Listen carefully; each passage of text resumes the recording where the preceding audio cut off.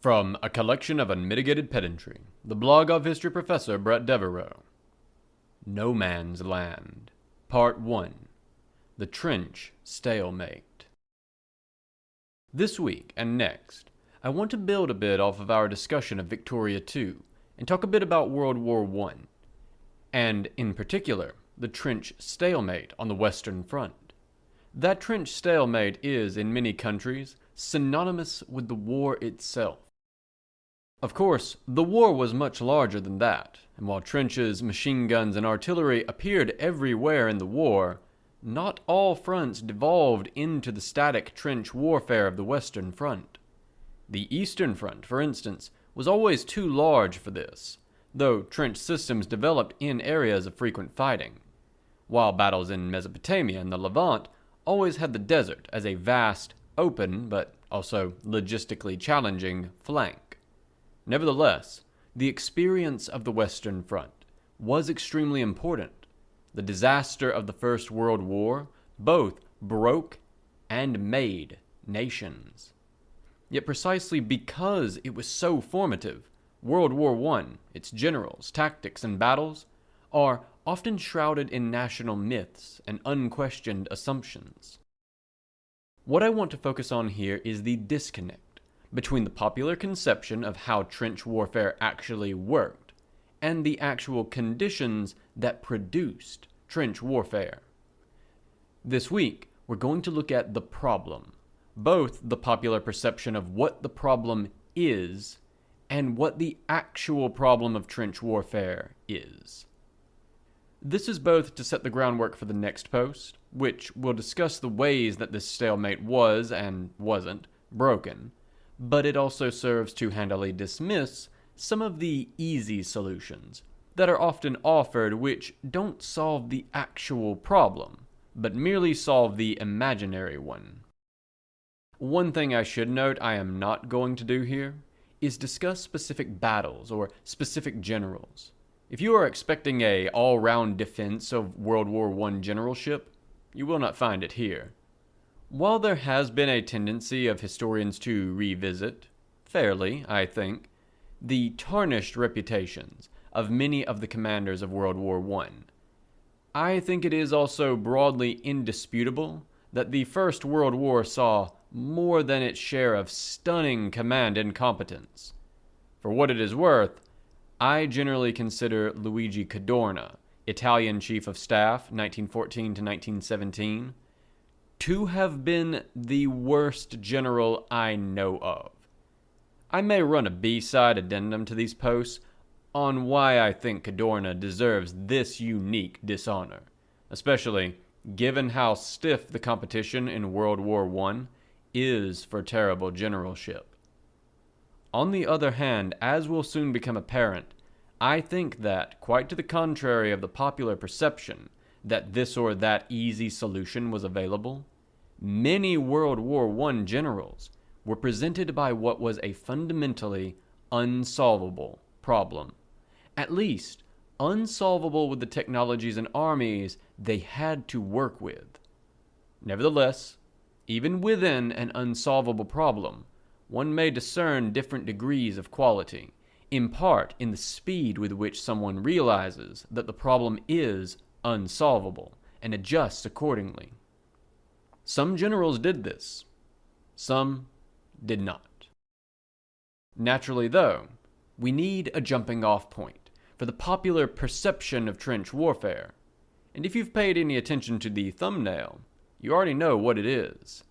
The iconic No Man's Land scene from Wonder Woman, 2017. But, first, as always, if you like what you are reading here, please share it. If you really like it, you can support me on Patreon. And if you want updates whenever a new post appears, you can click below for email updates, or follow me on Twitter at Bret Devereaux for updates as to new posts, as well as my occasional ancient history, foreign policy, or military history musings. Bibliography note: there are any number of books on the First World War and the Western Front. I have relied here particularly on Robert A. Doty's Pyrrhic Victory, French Strategy and Operations in the Great War, 2005. For more general reading, consider M.S. Nyberg, Fighting the Great War, A Global History, 2005, and W. Philpott, War of Attrition, Fighting the First World War, 2014.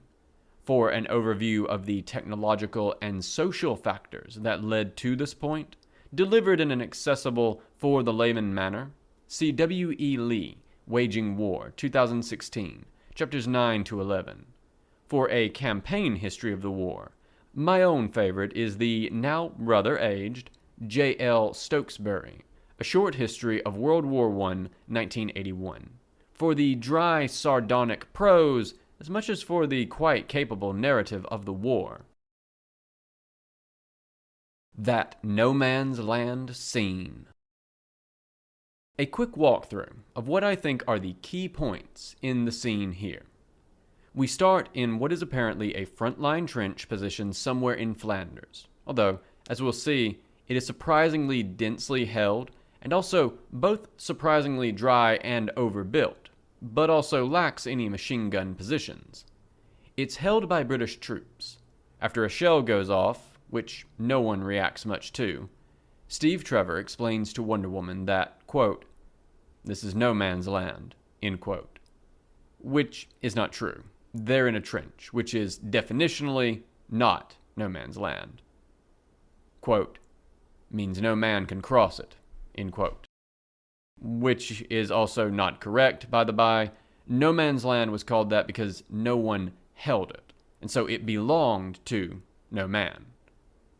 Trevor then declares that, quote, "This battalion has been here nearly a year, and they've barely gained an inch," end quote. Which initially seems an odd statement, since this is supposed to be late in the war. But if we squint really hard, it could make sense if we assume this is a position abandoned by the Germans in the pullback to the Hindenburg Line in February of 1917. The film takes place in 1918, so the dates almost add up. Though that'd be an odd thing. We only gained an inch except for that one time, barely out of the time horizon I am offered, where we gained several miles in a day because the enemy didn't fight for them. Is a strange way to present a stalemate. Alternately, he is just meaning that this battalion has been here for that long, the previous battalion which was also here having been rotated out, which would be an odd point to make.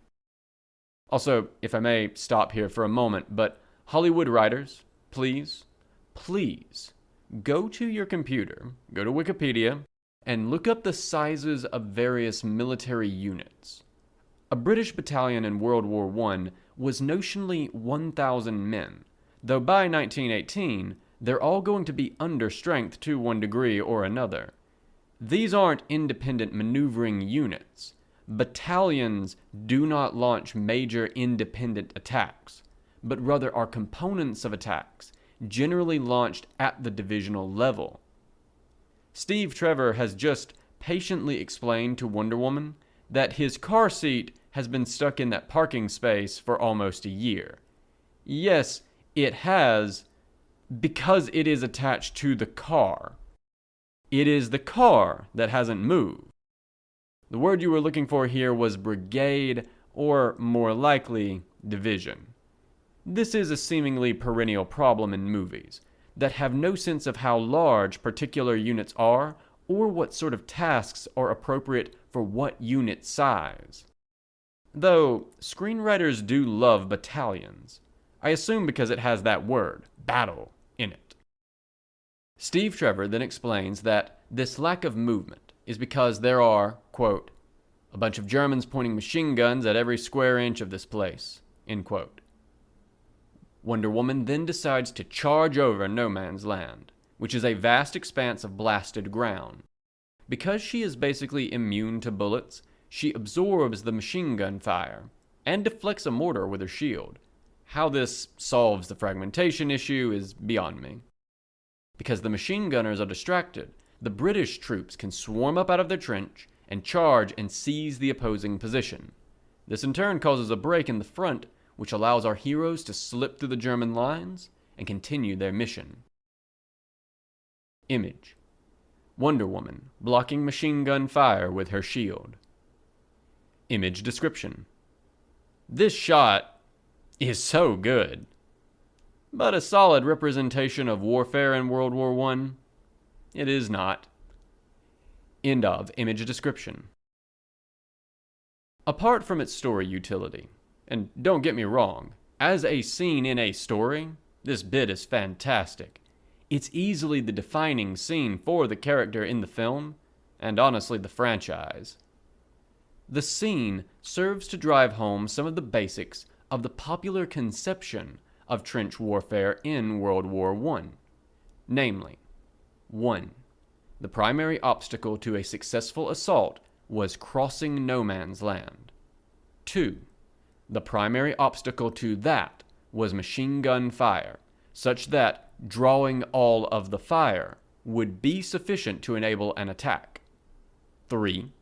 Reaching and clearing the immediate enemy trench line was sufficient to break a sector's defense, but attacks cannot accomplish this because of 1 and 2. 4. Consequently, attacks always fail because attackers are mowed down by machine gun fire before ever reaching the enemy line. Defenders take negligible casualties. As premises, those conceptions lead to a nearly inevitable conclusion, typically phrased by my students as, why don't you just go on the defensive and let your opponent attack himself to exhaustion? The popular culture history has an answer to that question, of course, and it is that all of the generals in World War I were some mix of idiots or detached aristocratic psychopaths, utterly uncaring about their men.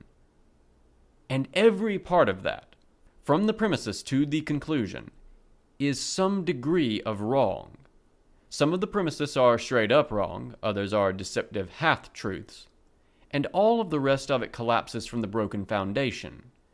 Many World War I generals were incompetent, and some were uncaring, but there were also a lot of quite capable, focused, and dedicated commanders, and they couldn't break the trench stalemate either.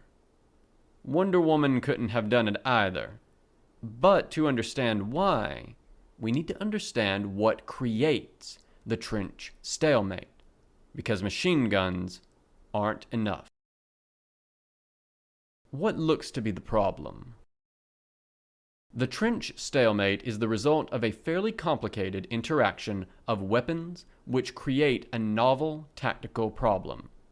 The key technologies are machine guns, barbed wire, and artillery. Though, as we'll see, artillery almost ought to be listed here multiple times. The problems are artillery, machine guns, trenches, artillery, barbed wire, artillery, and artillery. But their interaction is not quite straightforward. The best way to understand the problem is to walk through an idealized, platonic form of an attack over no man's land, and the problems it presents. I should note that this is not a development history.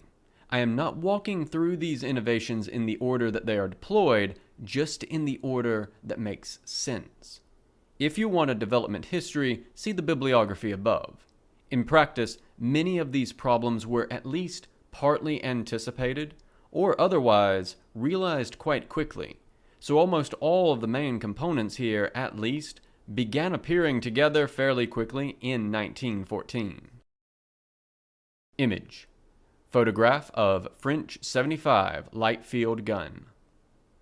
Image description: Via Wikimedia, a French 75 light field gun. The formal name for this fast-firing and deadly light artillery piece, the Materiel de 75 mm MLE 1897.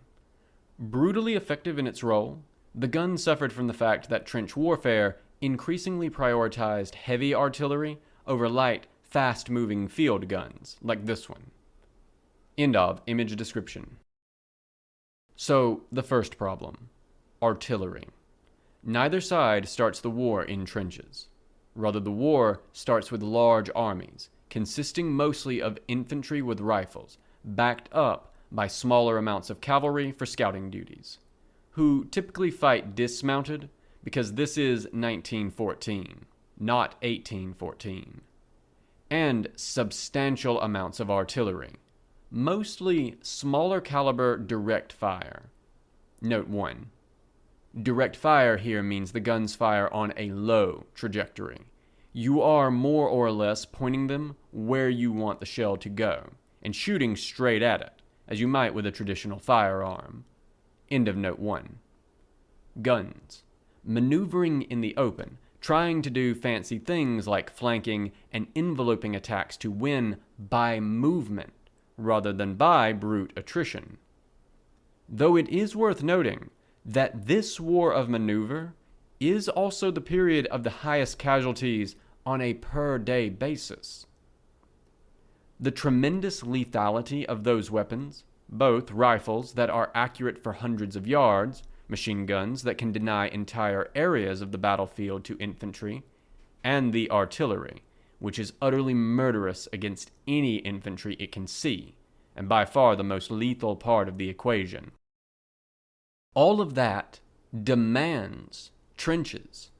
Trenches shield the infantry from all of that firepower, so you end up with parallel trenches, typically a few hundred yards apart, as the armies settle into defenses and maneuver breaks down, because the armies are large enough to occupy the entire front from the Alps to the sea. The new problem this creates, from the perspective of the defender, is how to defend these trenches. If enemies actually get close to them, they are very vulnerable, because the soldier at the top of the trench has a huge advantage against enemies in the trench. He can fire down more easily, can throw grenades down very easily, and also has an enormous mechanical advantage if the fight comes to bayonets and trench knives, which it might. If you end up fighting at the lip of your trench against massed enemy infantry, you have almost certainly already lost. The defensive solution here, of course, are those machine guns, which can deploy enough fire to prohibit enemies moving over no man's land. Put a bunch of those in strong points in your trench line, and you can prevent enemy infantry from reaching you. Now the attacker has the problem: how to prevent the machine guns from making approach impossible. The popular conception here is that World War I generals didn't figure out machine guns for a long time. That's not quite true. By the end of 1914, most everyone seems to have recognized that attacking into machine guns without some way of shutting them down was futile. But generals who had done their studies already had the ready solution. The way to beat infantry defenses was with artillery, and had been for centuries. Light, smaller, direct fire guns wouldn't work. Note 2. The problem with direct fire artillery here is that you cannot effectively hide it in a trench, because it's direct fire, and you can't keep it well concealed. So in the event of an attack, the enemy is likely to begin by using their artillery to disable your artillery. The limitations of direct fire guns hit the French particularly hard once the trench stalemate set in, because it reduced the usefulness of their very effective 75mm field gun, the famed French 75, after which the modern cocktail is named.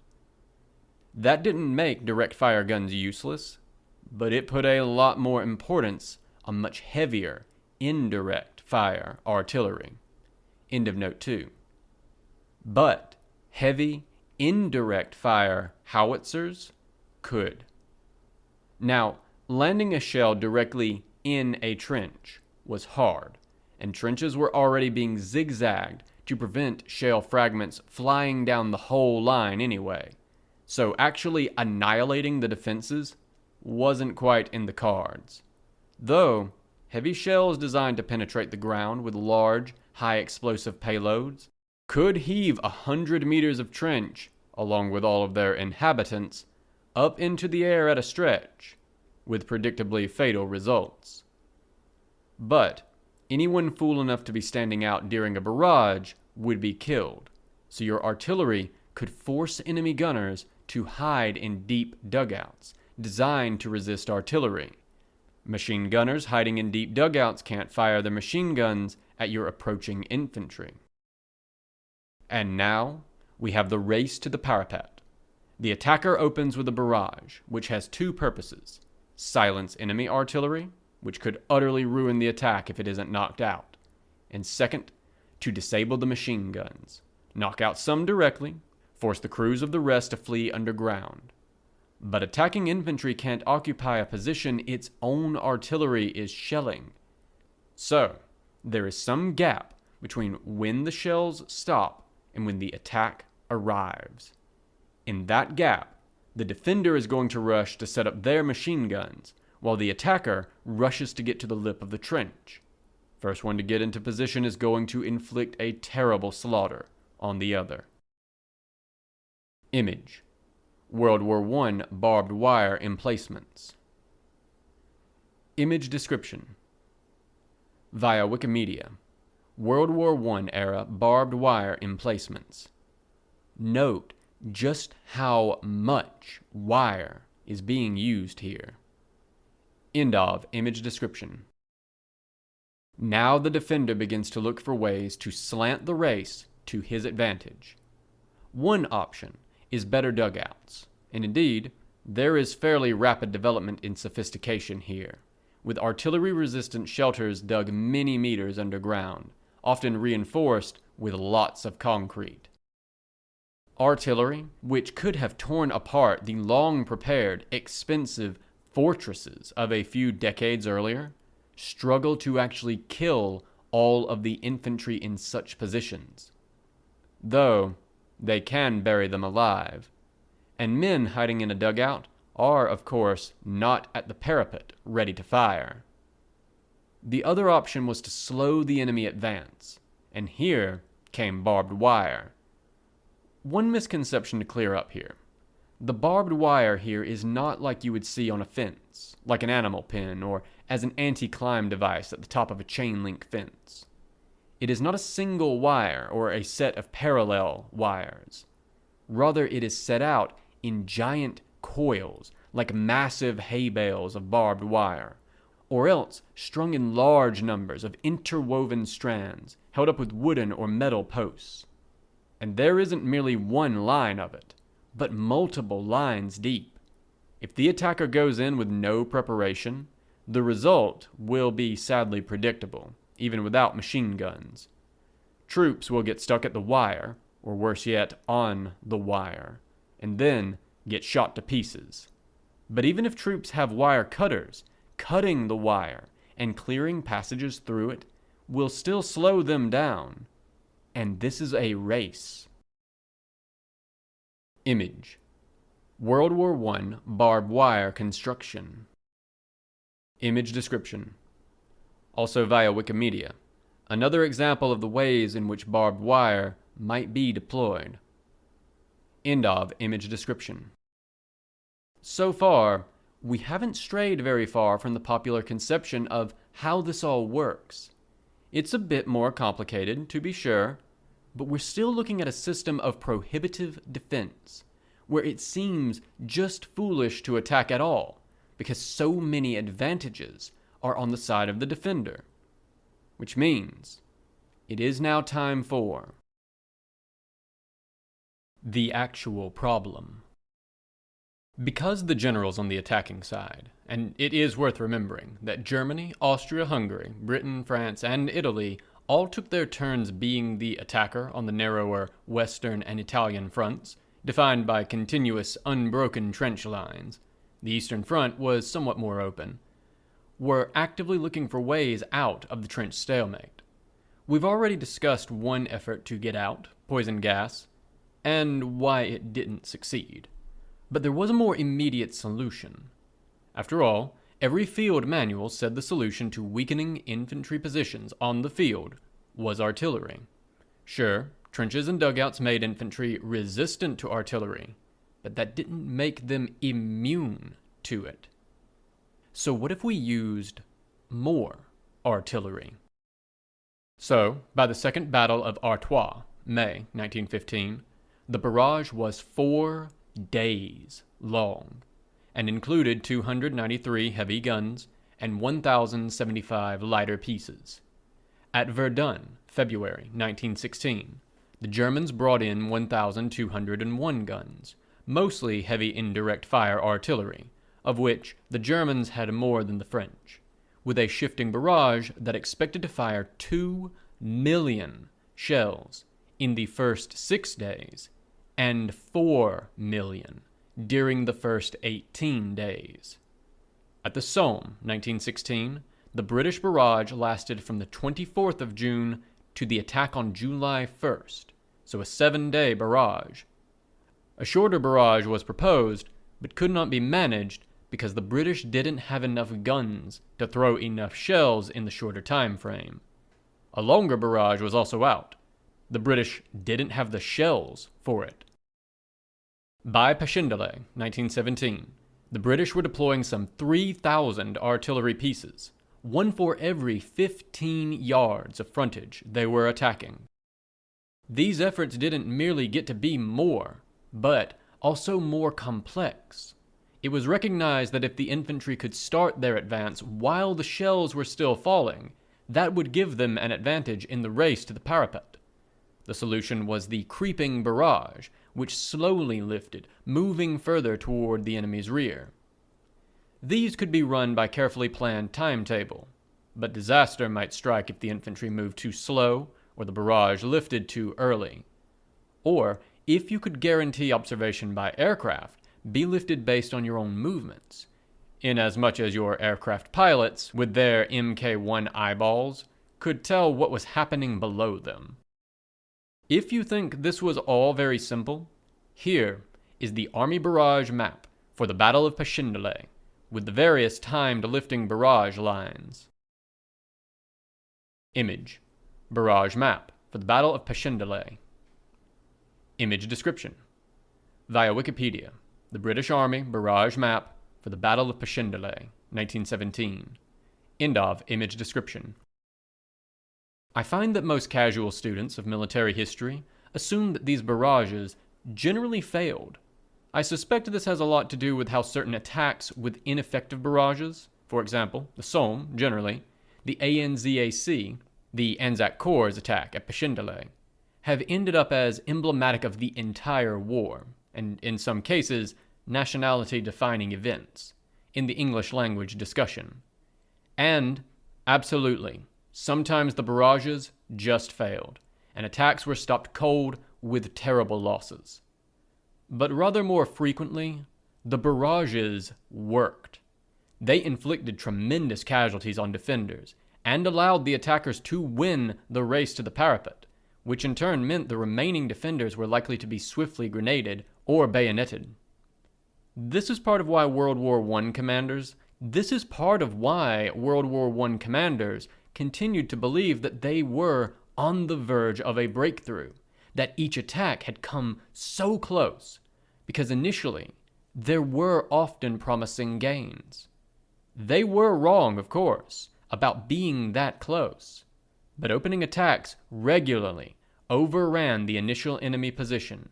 Even the worst debacles of the war, like at the Somme, generally did so. And at this point, you may be wondering if you'd been lied to, because you were always told this was a war where advances were measured in feet and meters instead of miles or kilometers. And how can that be if initial attacks generally did in fact overrun the forward enemy positions? I'll push this even further. Typically, in the initial phases of these battles, the first few days, the casualty rates between attacker and defender were close to even or favored the attacker. This is, of course, connected to the fact that the leading cause of battle deaths in the war was not rifle fire, machine guns, grenades, bayonets, but in fact artillery fire, and the attacker was the one blasting fixed positions with literal tons of artillery fire. So, what is going on? Image. Aerial photo of trench lines at Loos and Oulu. Image description. Via Wikipedia, an aerial view of trench lines around Loos and Oulu in 1917, showing the forward positions along with the communications trenches leading back to secondary and tertiary positions to the rear. The more heavily developed position on the right is German. Being more frequently the defenders, the Germans tended to develop their trench defenses more extensively. End of image description. Because both sides quickly figured out that their forward positions were badly exposed to artillery barrages and began designing defenses in depth. Because both sides quickly figured out that their forward positions were badly exposed to artillery barrages and began designing defenses in depth, with rear positions well out of the reach of all but the largest enemy artillery. For instance, most of the so-called Hindenburg Line, the Germans called it the Siegfriedstellung, or Siegfried position, was set in multiple lines. The Great War YouTube channel actually made a neat diagram of the doctrine position setup for the line as a poster. I have it in poster format, a gift from my better half, but it is obviously copyright, so I won't duplicate it here. You can buy it here. The plan consisted of a thin initial defense which was assumed to fall in the event of an attack, but still featured channels made by heavy barbed wire and machine guns designed to inflict maximum casualties on an advancing front, and be dangerous enough to require the artillery barrage and planned assault. Then behind that was more open ground and then a second line of trenches, this time much more solid, with communications trenches cutting vertically and the battle positions horizontally, enabling reserves to be brought up through those trenches without being exposed to fire. Finally, the reserves themselves were in a third line of trenches, even further back, well outside of the enemy's barrage, or indeed the range of all but their heaviest guns. Of course, while your artillery is in the back, out of range of the enemy artillery, the enemy infantry is attacking into your artillery range. This keeps your artillery from being disabled into the initial barrage, you hope, so that it can be brought into action for the counterattack. And now, the enemy of the attacker is friction, as we've discussed before with the defense in depth. If everything possible goes right, you open with the barrage, your infantry sweeps forward, the creeping barrage lifts, and you win the race to the parapet. The forward enemy defenders are either blasted apart by the barrage or butchered in their holes by your gas, grenades, and bayonets. Great! Now you need to then attack again, out of those enemy positions to get to the next line. But your forces are disorganized and disoriented, your troops are tired, and your supplies, reinforcements, and artillery, including many heavy guns that weigh many tons and shoot shells that also weigh 100 plus pounds a pop, have to get to you through the terrain the barrage created, which, to be clear, looked like this. Image. Photograph of bombed out no man's land in Belgium. Image description. Via Wikipedia, no man's land in Belgium, 1919. End of image description. So, rapidly, the power of your initial attack runs out, and then the counterattacks, as inevitable as the rising sun, start. Your opponents can shell you from nice, prepared positions, while your artillery now has to move forward to support you. Their troops can ride railways to staging posts close to the front line, advance through well-maintained communications trenches directly to you, while your troops have to advance over open ground under artillery fire in order to support you. The brutal calculus begins to take its toll. You lose ground, and the casualty ratios swing in favor of the defender, who, to be clear, is now attacking positions he once held. Eventually, your footholds are lost, and both sides end up more or less where they started, minus a few hundreds of thousands of dead. This, not the popular image, this is the stalemate. The attacker frequently wins tactically, but operational conditions make it impossible to make victory stick. The brutal irony of this defensive stalemate is that at any given moment, in a battle that might last months and swing from offensive to defensive and back again, that casualties typically favored the side which was attacking at any given moment. More ironic yet, the problem here is that the artillery itself is digging the hole you cannot climb out of, because it is the barrage that tears up the landscape, obliterating roads, making movement and communication nearly impossible for the attacker, but not for the defender. But without the barrage, there's no way to suppress enemy artillery and machine guns to make it possible to cross no man's land. Even with tanks, an attack without supporting artillery is suicide. Enemy artillery will calmly knock out your tanks, which are quite slow. This is in 1918, not 1939. The problem for the attacker and the defender isn't machine guns. It is artillery. The artillery that makes assaults possible in the first place makes actual victory, breaking through the enemy and restoring maneuver, impossible. The failure of easy answers. So, what ought to happen when Wonder Woman storms the German trench lines? Given that she has superpowers and is effectively immune to bullets, I suppose she might reach the German lines and badly disrupt them. Recall that by this point in the war, German doctrine, indeed, everyone's doctrine, if they had any sense, called for the front line to be thinly manned. The excited rush of the regular troops behind her would be a bit slower, though. Unable to manage Wonder Woman's smooth 50-foot vertical jump, they'll have to deal with the barbed wire, mysteriously absent in the scene, moving forward slowly with wire cutters. It is probably at around this point that, without supporting artillery fires to knock out enemy guns, that the actual artillery will get into the fight. The scene has a single German light infantry mortar, but Wonder Woman is probably going to need initially to stop direct fire from German field guns. In particular, the 7.7 centimeter Feldkanon 16, or 10.5 centimeter Feldhaubitze, either 98/09 or 16. Knocking them out of the way with her shield isn't going to work. The shells are going to come in as high explosive fragmentation or bursting shrapnel shells, fused to explode above the ground and rain down small lethal metal fragments. Again, Wonder Woman is probably fine, but Steve Trevor and their British infantry support is likely to have a hard time catching up to her. Once they do take the opposing forward trench, they'll need to get ready for the inevitable counterattacks. The German army, in particular, was noted for the consistency and ferocity with which its counterattacks came.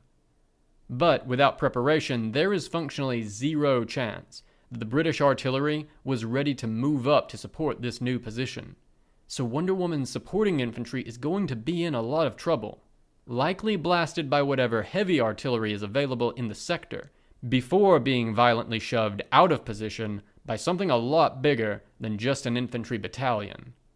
Even if they manage to hold against the counterattack, Wonder Woman now has to do this routine twice more in order to get through the lines. And by now, while she and her comrades are moving over mud-soaked, blasted wasteland, the German reserves are moving along train tracks and the undamaged roads behind their lines. That village she wanted to save would, of course, almost certainly cease to exist, as both sides began shelling the area in support of their attacks or defenses. Image: aerial photographs of the village of Passchendaele from before and after the war. Image description: Via Wikipedia, aerial photography of the Belgian village of Passchendaele, or Passchendaele, from before the war and after it. You can make out the remains of the road lines and the shattered husk of the village's stone church. The small pock marks are all shell holes. End of image description. A great many casualties later, Wonder Woman might have considered it wiser to have made the crossing at the stealthier place alluded to in the dialogue. Two notes for the ultra pedants here. First, it's not clear how late in 1918 this movie is supposed to be set. If these events are taking place in, say, October or November of 1918, Wonder Woman's attack might not be greeted by machine gun fire at all, if she's lucky, but by exhausted, underfed, and demoralized German soldiers looking to surrender or simply abandoning their positions. German morale in late 1918 was awful, in part because their partly successful offensives in the spring had exposed some of the lies of their own high command, which had insisted that the supply situation of the Allies was as bad as the Germans, when it was nowhere close. Second, I should note that the idea of trying to cross no man's land by stealth, advanced by the supporting cast in the scene, is not insane. Trench raids were a common feature of trench warfare. Small units crossing no man's land under cover of darkness to launch surprise dawn raids on opposing forward trench positions. Such raids weren't meant to take ground, but to inflict casualties, as well as sustain morale, because leaving soldiers idle tends to sap morale, and gather intelligence through prisoners and captured documents. As you might well imagine, such raids increase the terror of being on the front line, which is why Allied units were not kept there for almost a year, but were instead cycled in and out, though the Germans tended to avoid this sort of cycling. Fair enough, you may say. The Wonder Woman scenario won't work. But what about the original popular suggestion of simply going on the defensive and wearing the other fellow out? We've already shown how, at the tactical level, this is a non-starter. These defensive systems are built around defense in depth and premised on counterattacks because the initial enemy assault generally succeeds. An army that resolved itself never to counterattack could be levered off of one good defensive position after another by bits and pieces until the entire line was compromised, probably by the loss of key railroad junctions in the rear when they came within range of enemy heavy artillery and were thus rendered unusable. Pure tactical defense was never an option. Enemy attacks needed to be answered by counterattacks because the entire line could not retreat indefinitely. Image. Photograph of a British howitzer. Image description. Via Wikipedia, a British 8-inch howitzer Mark V, an example of heavy artillery in the First World War, capable of devastating long-range indirect fire. This gun could fire a 200-pound shell approximately 6 miles. End of image description. But what about an operational defensive, designed to wear the enemy down by attrition? Well, here the problem is twofold. The first problem is casualty ratios. Consider, at the Somme, 1916, the British and French attacked, and the Germans defended. The Allies took 620,000 losses, inflicted 445,000, a ratio of about 4 to 3, favoring the defender, and got basically nowhere. At Verdun, also 1916, the Germans attacked and the French defended. The Germans took 355,000 losses to the French's 400,000, a ratio of 7 to 8 favoring the attacker, and got basically nowhere. Over the whole of the German spring offensives, 1918, the Germans took 688,341 casualties and inflicted 863,374, a ratio of about 3 to 4 again, favoring the attacker, knocked huge salients in the Allied lines, didn't break through, and thereby lost the war. I think here it is worth really noting how high the defenders' casualties are in these battles. I keep noting this, but I want to stress, defenders suffered high casualties in trench warfare. Being on the defensive operationally did not save you any more than being tactically on the defensive did. You were just as likely to be killed in your trench by an enemy shell or grenade as you were on the offense, machine-gunned, trying to cross no man's land. If the latter holds a larger place in the Anglophone consciousness, for example, 1917 and Gallipoli, that has more to do with the British and Commonwealth forces being more often on the attack than the defense, not on the casualty implications of attacking or defending. You easily could take more losses defending a place than attacking it. The point here is that casualty ratios didn't reliably favor the defender in World War I. They did reliably favor the Germans, who were often, but not always, the defenders in the West, in part because the Germans held the best ground over the entire Western Front almost without exception, though not by enough to offset the German inferiority in manpower and materiel compared to the entire coalition arrayed against them. Though not by enough to offset the German inferiority in manpower and materiel compared to the entire coalition arrayed against them. War of Wills. Well, perhaps you say, that is a bit simplistic. What if we go on a strategic defensive, adopting a strategy of attrition? Note, we are fairly far now from the idea that the easy solution to trench warfare was don't attack. But this is the first time we reach what appears on its face to be a workable strategy. Accept that this is a pure war of attrition and thus attempt to win the attrition. And here is where I, the frustrated historian, let out the primal cry. They did that! Those idiot generals you were bashing on a moment ago did exactly this thing. They did it in 1916 and it didn't work.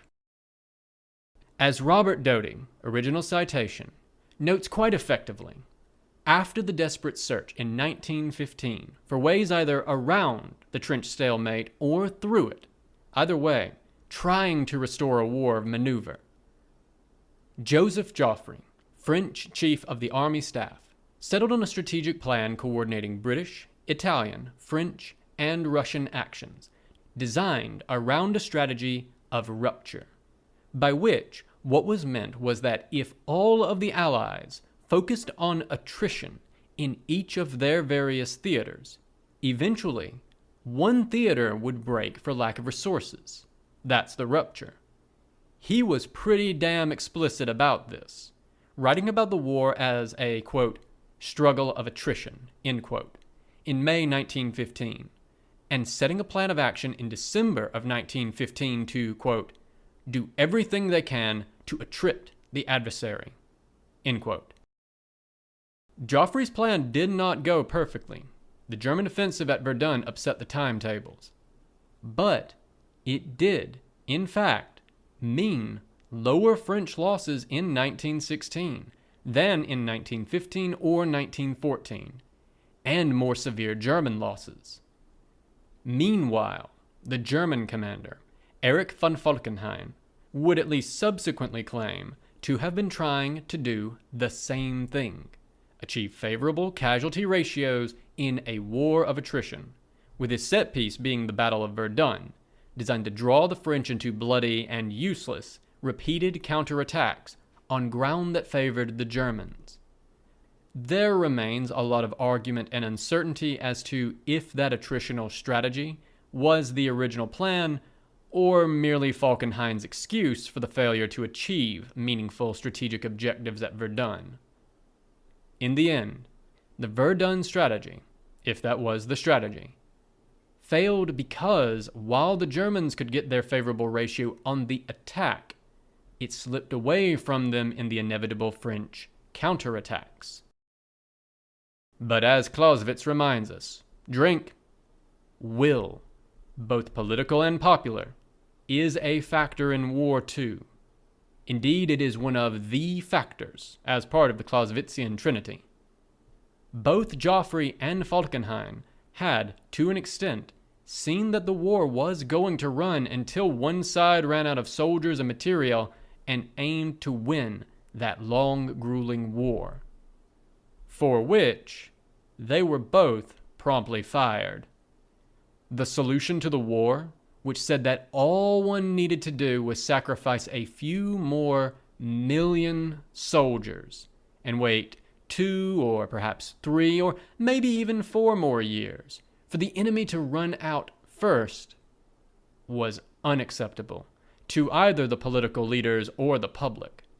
1917 came around, and both sides entrusted the war to generals who claimed to be able to produce victories faster than that, to Robert Nivelle and Erich Ludendorff with their plans of bold offensives. And to be clear, from a pure perspective of how do we win the war, that political calculation is not entirely wrong. Going to the public, asking them to send their sons to fight, to endure more rationing, more shortages, more long-term casualty lists, with the explanation that you had no plans to win the war beyond running Germany out of sons slightly faster than you ran France out of sons, would have led to the collapse of public morale and subsequent defeat. Telling your army that would hardly be good for their morale either. The French army would mutiny in 1917 in any event. Remember that in each battle, casualties were high on both sides. So there was no avoiding that adopting an attrition strategy towards the enemy meant also accepting that same attrition on your own troops. And as we've discussed endlessly, morale matters in war. Wait for the British blockade to win the war by starving millions of Central Europeans to death was probably, in a cold calculus, the best strategy, after the true winning strategy of don't have a World War I. But it was also, from a political perspective, an unworkable one. And a strategy which is the best, except for being politically unworkable, is not the best, because generals must operate in the real world, not in a war game where they may cheerfully disregard questions of will. In short, both sides attempted a strategy of pure attrition on the Western Front, and in both cases, the strategy exhausted political will years before it could have borne fruit. And so, none of these easy solutions work. In most cases, except for recruit a lost Greek demigod, they were actually tried and failed, either due to the dynamics, or perhaps more truthfully, the statics of trench warfare, or because they proved impossible to implement from a morale and politics perspective, violating the fundamental human need to see an end to the war that didn't involve getting nearly everyone killed first. Next time, we'll take a look at the solutions that actually did disrupt this trench stalemate, and consider the degree to which such solutions could have been implemented any earlier than they were. This has been a recording from a collection of Unmitigated Pedantry, the blog of history professor Bret Devereaux, recorded by myself, a great divorce, for accessibility and sharing purposes. If you enjoyed this content and wish to engage with it or support Bret, please Check the descriptions for links to the original post on his blog, his Twitter, and his Patreon. I highly encourage you to share, support, and engage with his works on any and all platforms, if you are so inclined. If you wish to support me, please do remember to like, share, and subscribe to this, or any other content here that you enjoy. Thank you so much for listening.